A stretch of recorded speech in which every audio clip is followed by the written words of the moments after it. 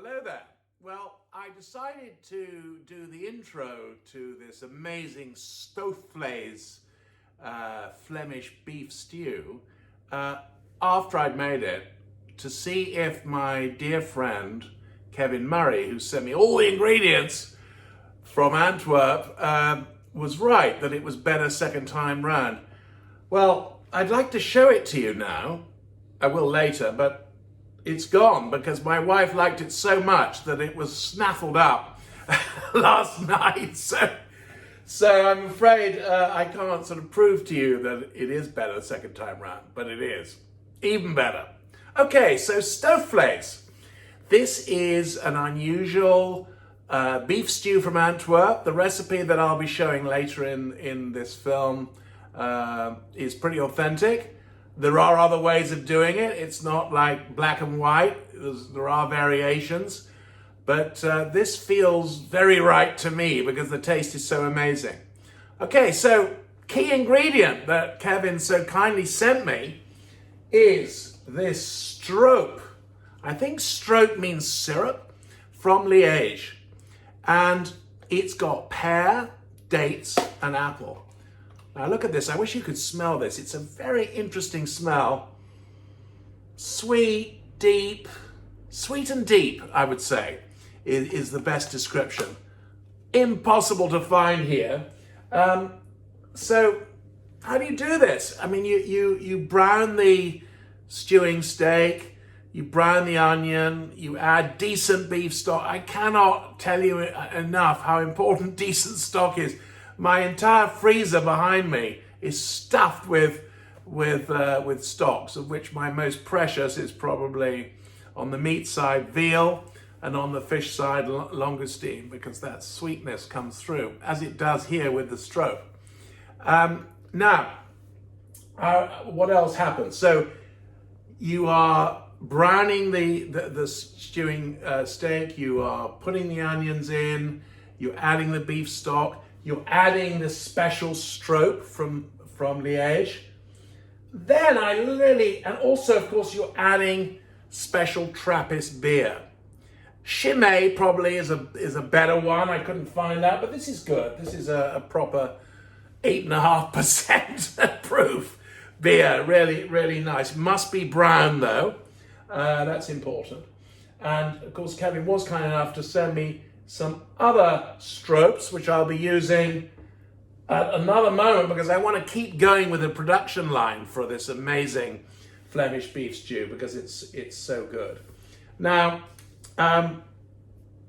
this special Stoofvlees needs 2.5 hours in the oven.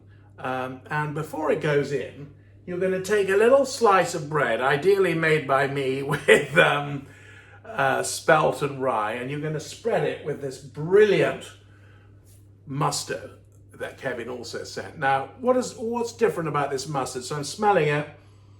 Yeah, this is a milder Dijon, but somehow like more manly. It's got more to it. I think it's superior to the Dijon, actually. I really like it. And of course, if it's cooking, and it's been turned over on the stew, it sort of gets into it. Now, at the end, you stir in the bread with the mustard to sort of thicken up the sauce. I think that I might double up the recipe next time I do it, simply because I think I want to have more juice, and frankly, I want to have more meat because it's so delicious that I want to have more of it. But this really is a spectacular dish. I'd never had it before. I really like it. I'm so grateful to Kevin, who's an old friend from my time in what's called loan syndications, which is, as anyone connected with banking will know, is the very best part of banking. It's when lots of like-minded people get together and try and do the best deal possible for the borrower, and you make a lot of friends along the way. I miss it a lot, although my new world in cooking is great fun too and very diverse.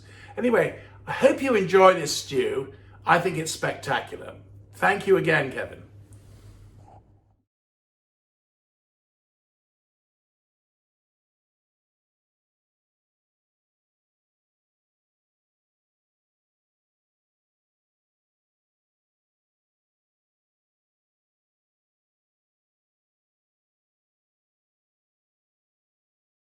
Okay, now we're doing the double cooked frite. So going in, beef dripping. So Kevin, please note this is beef dripping, not vegetable oil. I'm trying to be as authentic as I can. When it gets going really, truly, we'll take it out, bring the fat up again, and then we'll cook it for a second time to be double cooked frite. Now I've done like pre-boiled this, so just to get it going a bit.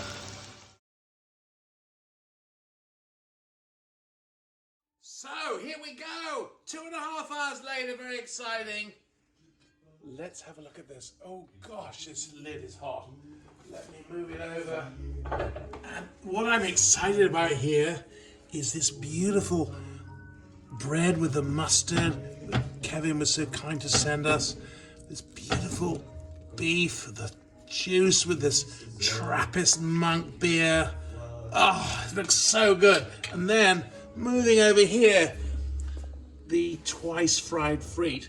Let me just remind you why we're doing that.